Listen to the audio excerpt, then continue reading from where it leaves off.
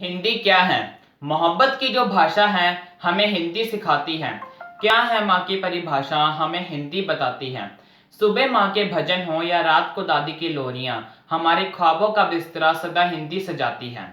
दिखावे में भले हम मॉम डैड कहते हैं, पर जब चोट लगती है जुबान सिर्फ माँ ही चिल्लाती है। नकली पैर चलने का सहारा तो बन सकते हैं, पर दौड़ते समय रफ्तार असली पैरों की ही आती है। मोहब्बत की जो भाषा है हमें हिंदी सिखाती है। क्या है माँ की परिभाषा हमें हिंदी बताती है। नमस्कार, मेरा नाम गौरव है। मैं 10वीं बी कक्षा का विद्यार्थी हूँ। आज मैं आप सबके सामने हिंदी दिवस के बारे में कुछ कहने जा रहा हूँ। वैसे तो सब जानते ही हैं कि 14 सितंबर को हिंदी दिवस मनाया जाता है, पर इस बात को बहुत कम लोग जानते होंगे कि ऐसा क्यों है। हिंदी भारत की राष्ट्रभाषा होने के बाद भी इतनी कम क्यों बोली जाती है, आइए जानते हैं। हिंदी भारत की राष्ट्रभाषा सन 1918 से है, जब महात्मा गांधी जी ने हिंदी सम्मेलन में हिंदी भाषा को राष्ट्रभाषा बनाने का प्रस्ताव रखा था। इसी सम्मेलन में गांधी जी ने हिंदी भाषा को जनमानस की भाषा बुलाया था। 14 सितंबर 1949 में संविधान सभा ने यह निर्णय किया था कि हिंदी भारत की राष्ट्रभाषा होगी। इस निर्णय को महत्व देने के लिए तथा हिंदी भाषा के प्रचार के लिए हर साल 14 सितंबर को हिंदी दिवस मनाया जाता है। भारतीय संविधान के भाग 17 के अध्याय धारा 353 पेज नंबर 1 में यह दर्शाया गया है कि संघ की राजभाषा हिंदी तथा लिपि देवनागरी होगी। संघ के कार्यों के लिए इस्तेमाल किए जाने वाले हर एक अंक केवल अंतरराष्ट्रीय होंगे।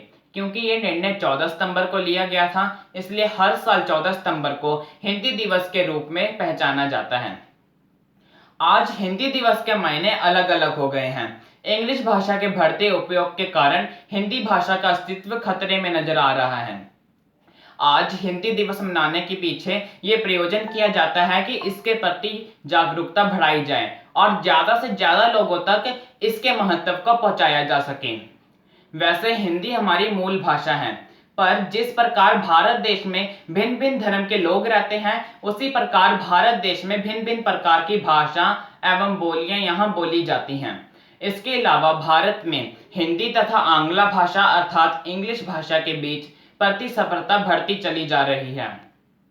एक इंग्लिश बोलने वाला व्यक्ति आकर्षण का केंद्र बनता है। उदाहरण के तौर पे यदि कोई व्यक्ति ऑफिस में बात कर रहा हो हिंदी में, और यदि उसी वक्त उसी स्थान पे कोई व्यक्ति आके इंग्लिश में बात करने लगे, तो पूरे ऑफिस के जितने भी लोग हैं सबका ध्यान अंग्रेजी बोलने वाले व्यक्ति की तरफ चला जाता है। इसके अलावा इंग्लिश बोलने वाले व्यक्ति की सुनवाई हिंदी बोलने वाले व्यक्ति की तुलना से जल्दी की जाती है। आज हिंदी इंग्लिश भाषा को अत्यंत आवश्यक भाषा माना जाता है, क्योंकि ये एक अंतरराष्ट्रीय भाषा है।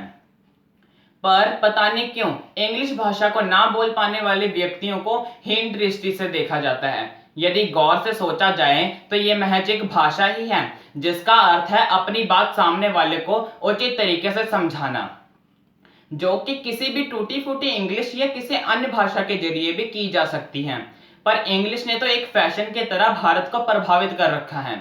भारत के प्रधानमंत्री श्री नरेंद्र मोदी जी ने अमेरिका की धरातल पर जाने के बाद भी अपना उद्बोधन हिंदी भाषा में ही दिया था। उन्होंने बड़ी शान के साथ अपनी मातृभाषा हिंदी को अपनाया था। हमें भी जरूरत है हर भाषा को सीखने की। हमें भी जरूरत है आत्मविश्वास के साथ हर भाषा को अपनाने की। आज इंग्लिश की बहुत आवश्यकता है और यही समय की मांग है, पर इंग्लिश के साथ साथ हमें अन्य भाषा का भी ख्याल रखना चाहिए, उन्हें भी अपनाना चाहिए। धन्यवाद।